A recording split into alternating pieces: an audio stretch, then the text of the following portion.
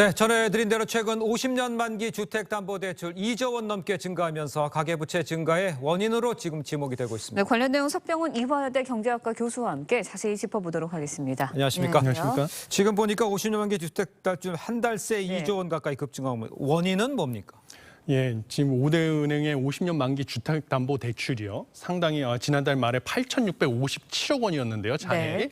한 달 사이에 아까 2조 원 넘게 급증해서 현재 잔액이 3배가 넘게 증가를 했습니다. 네. 가장 큰 이유는 13일경부터 거론된 그 50년 만기 주택담보대출의 연령 제한을 도입할 것이라는 이런 우려 때문입니다. 네. 그러다 보니까 금융 소비자들의 혼란을 부추기고 연령 제한 도입 전에 막차를 타야 되겠다는 수요가 크게 몰리면서요. 13일부터 24일간 8영업일 동안에만 무려 1조 872억 원이나 50년 만기 주택담보대출이 급증을 했습니다. 네. 연령 제한 도입 전에 막차를 타고자 하는 심리, 이것이 가장 큰 원인이라고 생각합니다. 네, 일단 50년 동안 갚는다는 거 소비자들 입장에서는 굉장히 큰 매력으로 다가올 수밖에 없을 것 같은데 실제적으로는 어떻습니까? 예, 그렇습니다. 지금 50년 만기 주택담보대출이 크게 인기를 끌고 있는 이유는요. 네. 지금 주택 가격이 상승할 것이라고 예상하는 소비자들이 점점 늘어나고 있는데 대출을 받아서 집을 구매하고자 네. 하다 보니까 총부채 원리금 상환 비율 규제, DSR 규제라고 하는데요. 네네. 이것에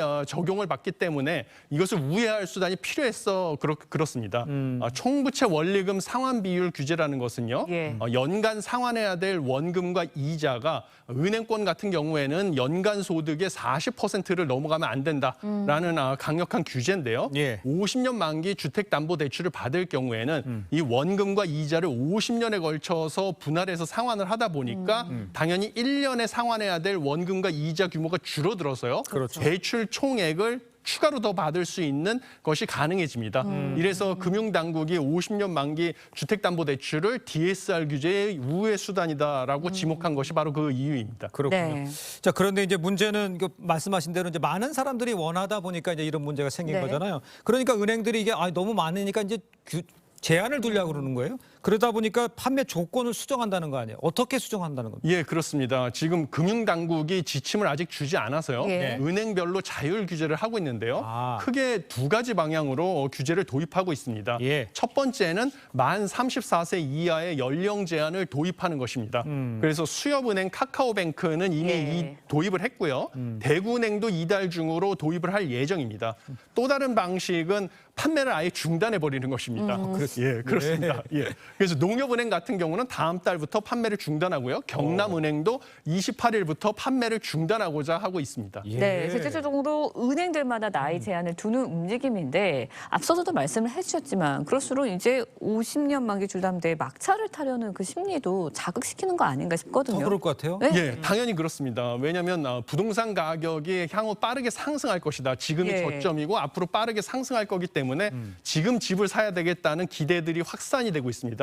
그런데 이 50년 만기 주택담보대출은 DSR 규제를 우회해서 대출을 더 많이 받을 수 있는 방식인데요. 여기에 나이 제한이 도입된다고 하니까 그 전에 빨리 대출을 미리 네. 받아놔야 되겠다라는 심리가 확산이 돼서 예. 지금 더 빠르게 증가하고 있는 것으로 보입니다. 자, 그렇다 그러면 집값 상승에 대한 기대 심리 어떻게 계속 다 모든 게 이렇게 알고 올라갑니까? 그럼 집값? 예, 지금 현재 그 지표상으로 봤을 네. 때는요, 주택 가격이 향후 1년 뒤에 상승할 가능성이 높다는 인식이 확산되고 있는 것은 분명합니다. 네. 예, 한국은행에서 매월 발표하고 있는 주택 가격 전망 CSI에 따르면요, 8월 달에 이게 107이 되었거든요. 근데 이게 기준치인 100보다 넘어간다는 것은 1년 뒤에 지금보다 주택 가격을 상승할 것이라고 응답한 가구 수가 그 반대로 응답한 가구 수보다 많다는 것입니다. 그러니까 좀 낙관적으로 보고 있는 가구들이 점점 늘어나고요. 그리고 이것은 작년 11월부터 9개월 연속 상승하고 있습니다. 점점 시장의 기대가 낙관적으로 바뀌고 있는 것이죠. 예. 그러다 보니까 지금 현재 고금리라 해도요. 이자 비용을 지불을 해도 집값이 빠르게 상승을 하면 나중에 주택을 매각해서 얻는 이득이 훨씬 클 거라는 기대가 그렇겠죠. 확산돼서 예. 지금 주택담보대출도 빠르게 증가하고 있는 상황입니다. 네, 그런데 결국은 주택담보대출 빠르게 증가하는 거 완화시키려면 부동산 시장 안정화밖에는 없을 거라는 생각이 들거든요. 교수님 교수님 말씀 들어보면 어떻습니까? 예, 맞습니다. 저도 그 지적에 동의를 하고 있습니다. 예. 왜냐하면 지금 가장 중요한 것은 무엇보다도 주택 가격이 빠르게 상승할 것이라는 기대를 꺾어줘야 되는데요. 네네. 네. 가격 상승 시에는 신규 주택의 공급, 특히 신축 주택의 공급이 빠르게 증가를 하게 되면 주택 가격이 더 빨리 올라가지 않고 상승세가 꺾이게 돼 있습니다. 원래. 예. 그런데 지금 현재 집값의 상승을 주도하고 있는 것은 서울과 수도권이거든요. 예. 서울 수도권부터 집값이 상승하면서 최근에 부동산원 자료에 의하면 전국 아파트 주간 매매 가격 지수가 5주 연속 상승을 하는 전국도 상승세로 돌아섰습니다. 예. 그래서 이러한 기대를 꺾기 위해서는요. 일단 집값 상승을 주도하고 있는 수도권에 아파트 신규 공급이 빠르게 늘어날 것이라는 신호를 시장에 줘야 됩니다. 그렇지만 불행히도 수도권에는 더 이상 빈 땅이 없기 때문에요. 예. 아파트의 신규 공급을 늘리기 위해서는 결국은 재건축과 재개발을 하는 수밖에 없고요.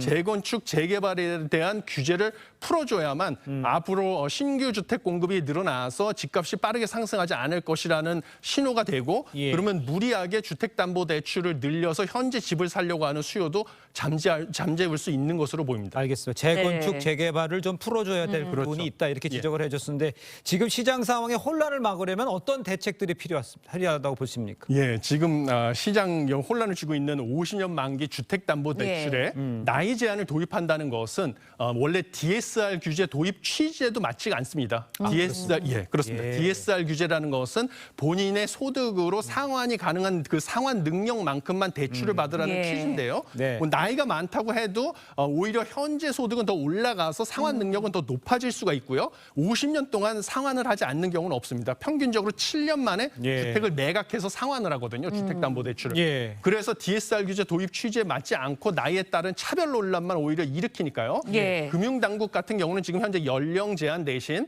50년 만기 주택담보대출을 받을 때요. 원리금 상환을 50년이 아니라 30년이나 40년으로 줄여서 계산하는 방식으로 대안을 제시할 것으로 예측이 됩니다. 예. 그렇지만 무엇보다도 빠른 결정을 발표해서 시장의 혼란을 최소화하는 것이 중요하고요. 네. 네. 제가 보기에는 지금 50년 만기 주택담보대출보다도 DSR 규제의 예외 적용을 이런저런 이유로 많이 늘려줬습니다. 대표적인 게 특례보금자리론, 그다음에 역전세 난환 대책으로 제시된 전세보증금 반환 대출에 대한 DSR 규제 예외 적용이거든요. 예. 이런 것들이 오히려 시장에 혼란을 주니까 DSR 규제의 예외 적용을 최소화하는 것도 좀 방법이다 이렇게 보고 있습니다. 알겠습니다. 알겠습니다. 자, 오늘 말씀 여기까지 듣겠습니다. 고맙습니다. 고맙습니다. 감사합니다.